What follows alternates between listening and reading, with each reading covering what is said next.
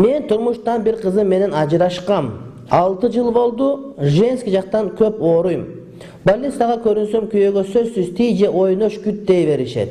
Бул нерсе арам да десем не кыл дейсиң? Бул кандай арам? Күйөөгө тийген арам эмес, ойнош күткөн арам. Сага алар эки жолду көрсөттү, сен адалын тандап ал. Ошол күйөөгө тий.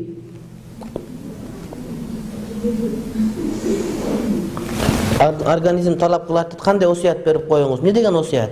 Күйөөгө тий ушу. Суран. Кудайдан сурап дуа кыл. Экинчи, үчүнчү ай болуп десең дагы болот. Ажыраштыр шарт эмес бирөөнү. Кошумча кирпик уласа болобу же дарат өтпөй калат? Дарат өтпөй калат. Кошумча кирпик улаган. Анткени бул кирпик чапталат бир жерге. Ооба. Килеленип калат. Намаз окуганда Фатиха сүрөсүнөн кийин бир сүрө окулат. Бардык эле намазда Ихлас сүрөсүн окуй берсе болобу же зам сүрө деп коет, башка сүрө окуш керекпи? Башканы билсеңиз окусаңыз жакшы, болбосо Ихлас сүрө жарай берет.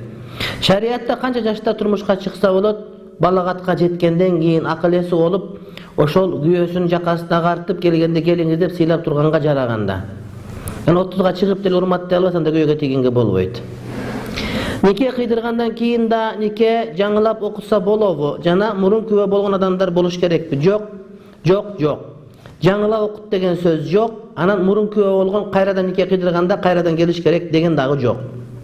Боюнда бар адам никеге кирсе болбойбу, эгер билбей кирип алса эмне болот дейт. Никеге киргенде кандай? Эгер сенин боюңда башка бирөөдөн болсо, төрөмөйүнчө башка бирөө никесине кире албайсың. Өзүңүн гана күйөөңө кайра турмушка чыга алат, ажырашып кеткен болсоң. Ал эми нике кыйылып аткан жерге боюнда бар аял катышып отуруп укса боло берет. Никеге кирген деген сөз кандай? Күйөөгө тийген деген сөзбү же никеге күбө болгон деген сөзбү? Эгер күбө боло турган болсоң боло берет, анан башка бирөө никесине кирип, башка бирөө күйөөгө тие албайсың. Мен намаз окуганга ниет кылып жатам, жаттап жатам. Ушул сүрөлөрдүн баарын жаттап бүткүчө эле жүрө берейми же толук жаттаганча намаз окуп баштай бер. Эмне билгениң окуй бер, анан калак отуруп кошуп кете бересиң.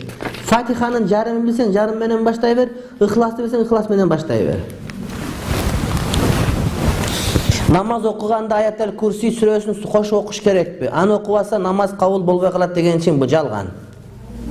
Намаз бүткөндөн кийинки дуалардын катарында гана Аятал Курси бар.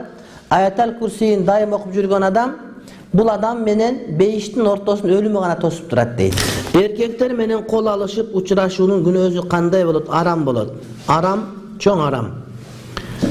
Махрамдар менен гана кол берип учурашса бир жөн, бирок алар менен деле кол берип учурашкан макулураак болот.